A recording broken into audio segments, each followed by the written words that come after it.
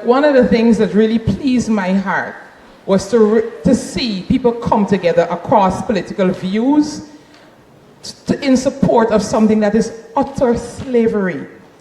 I don't know how, when, where somebody could find a justification for taking the regular person. Now, my earning is just a little bit over 100. And I know there are a lot of people that generally I would consider myself kind of climbing up because I used to be way down. And I asked myself, now I'm paying a mortgage and I'm paying for the vehicle that I own, and I pay like $30-something thousand a month. And when I calculate my parking meter money, it is $40-something thousand a month. Now that's my groceries for the month, along with even if I want to go buy a Chinese food and all that, throwing all of that, and then I can come to the $42,000 that I need to pay for the parking meter. So I'm wondering, I mean, you don't need to be a politician to understand that this is going to bleed a population that was already suffering.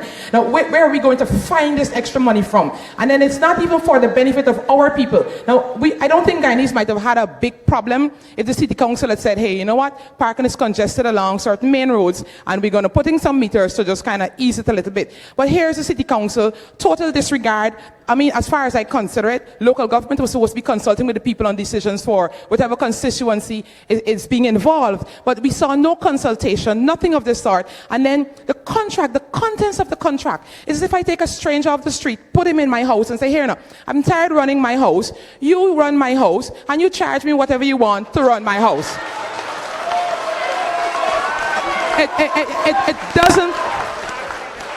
It doesn't make sense on any level. They have the power to exclusive rights. Are we saying that nobody else could come up with this parking idea, that a foreigner must come and just take all the money, exclusive rights? I mean, if we're going to introduce parking, paid parking into the city, why is it that we can't have a couple of Guyanese people doing, you know, something and having the right to do that? Why must it be that they have exclusive rights? They can sell your vehicle, they can raise the rates whenever they want. It's basically giving a man control of your city, and they're not even Guyanese. So where will their patriotism be? You know, it's all about money.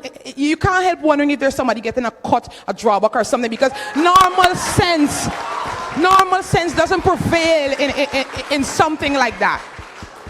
Normal sense, I am trying hard to fathom how possible was it for somebody to realize and say, okay, this is for the benefit of the city. I see this thing as a green economy. Now, does the parking meter cause, you know, a reduction in the ozone layer of emissions or something? No. So why do we have a postcard saying, the city is going to be better? Are they responsible for cleaning the drains or anything? No. All they're responsible for doing, put down something and say, okay, we now own this city and we're going to collect money from you to pay. It doesn't matter who owns it. I don't think most of us here really care who owns it at this point.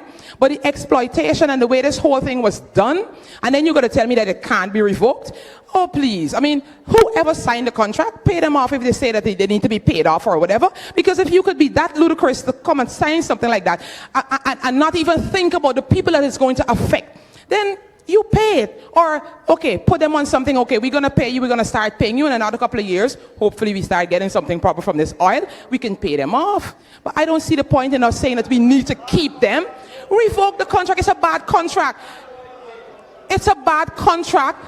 The whole idea is ludicrous. Where will Guyanese find this kind of money? And I looked the other day at Cathedral. Now, are we going to say that if people got to go to church, a funeral or whatever, they have to pay to park? No? Like, oh, come on. So now we have to pay to serve our gods. It's going to be the cathedral, then it's going to be the mosque, then it's going to be the temples, the entire city, and then they have plans to make it nocturnal. So even if you're going to take a few drinks at night, you got to pay now to park. You barely scrape a little lime in money. You're going to pay for going buy 2 beers. Now you got to figure out, okay, so here now, I could buy the beers and you can pay the parking, right?